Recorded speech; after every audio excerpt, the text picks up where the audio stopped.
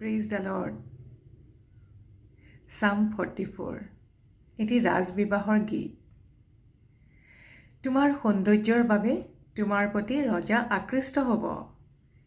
তেওঁ তোমাৰ প্ৰভু, সেয়ে তুমি তেওঁৰ আদেশ মানিবা। দূৰ দেশৰ লোকবিলাকে তোমালৈ উপহাৰ আনিব আৰু ধনীবিলাকে তোমাৰ অনুগ্ৰহৰ ভাগী হ'বলৈ চেষ্টা কৰিব। ৰাজকন্যা ৰাজপ্ৰসাদৰ অন্তঃপুৰত আছে। তেওঁ কিমান ধুনীয়া। তেওঁৰ বস্ত্ৰ সোণৰ গুণাৰে গঠা। ৰঙীন বস্ত্ৰ পৰিধান কৰাই তেওঁক ৰজাৰ আগলৈ নিয়া হৈছে। তেওঁৰ লগতে তেওঁৰ সখীবিলাকো ৰজাৰ ওচৰলৈ অনা হৈছে।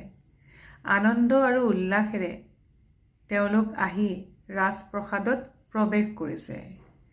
সেই মোৰ ৰজা, আপোনাৰ পূৰ্বপুৰুষসকলৰ ঠাই ল'বলৈ আপোনাৰ বহুতো পুত্ৰ হ'ব।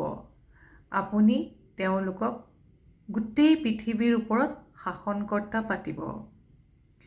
মোৰ গানে আপোনাৰ সুখ্যাতি চিৰকাল জীয়াই ৰাখিব আৰু আপোনাক অনন্ত কাললৈকে সকলোৱে প্ৰশংসা কৰিব।